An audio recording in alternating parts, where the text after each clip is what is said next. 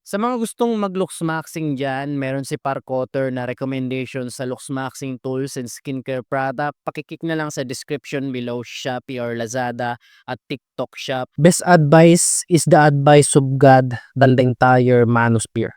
Ang best advice ng Diyos kaysa sa lahat ng advice sa manosphere. Ito ang complete summary ng entire manosphere.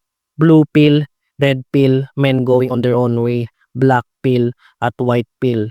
Ang mga pill na sinasabi ay gamot sa lahat ng iyong problema base sa paniniwala ng mga pills na ito.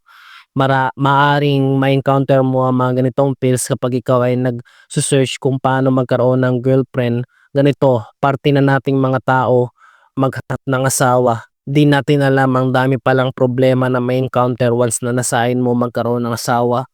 Dating is everything, na kung nalaman mo ang mga bagay ng paghahanap ng asawa, nalaman mo ang lahat ng mga bagay ayon sa science, history, psychology, philosophy, mathematics, literature, art, music, economics, political science, sociology, anthropology, linguistic, education, engineering, medicine, law, theology, at technology.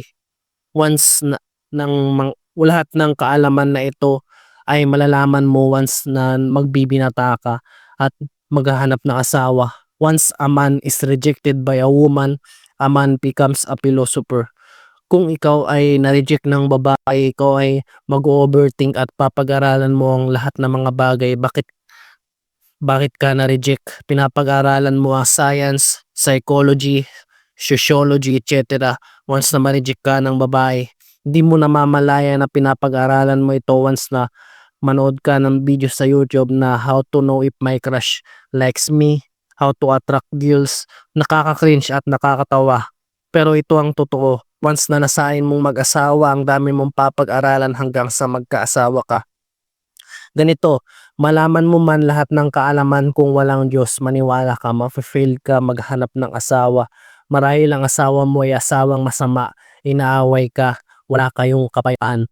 Kung sinusunod mo ang payo ng red pill, gusto ng babae pera, edi pera lang ang gusto sa'yo ng babae. Kung sinunod mo ang payo ng black pill na kailangan pogi ka, edi gusto na sa'yo ng babae pogi.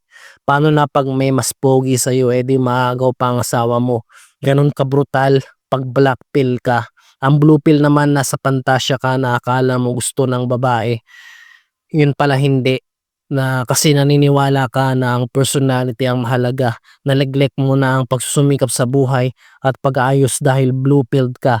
Naniniwala ka na wala sa looks, money, status ang gusto ng babae, kundi personality. Maganda nga ugali mo pero hindi mo naman inaalagaan ang sarili mo.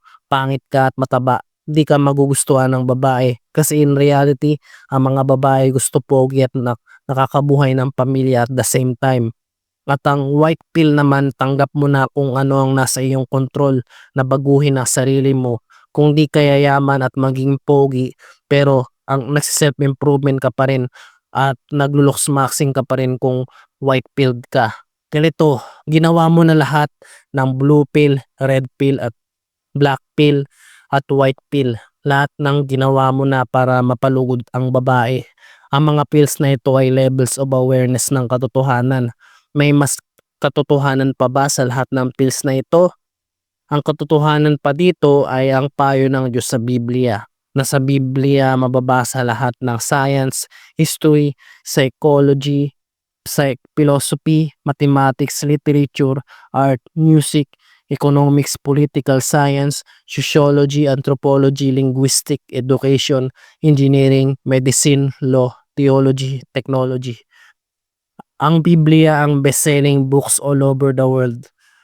At dahil sa mga kaalaman na ito, ganito, kung pagod ka na kakapakinig ng mga payo ng tao, kung anong pill, siguro ay introduce ko naman sa inyo ang makinig na tayo sa payo ng Diyos. Kung ang Diyos nagpayo sa iyo, effective iyon. Lahat ng mga bagay dagdag na lang sa iyo, pati asawa mo. Dadapwat hanapin muna ninyo ang kanyang kaharian at ang kanyang katwiran at ang lahat ng mga bagay na ito ay pawang idaragdag sa inyo. Mateo 6:33.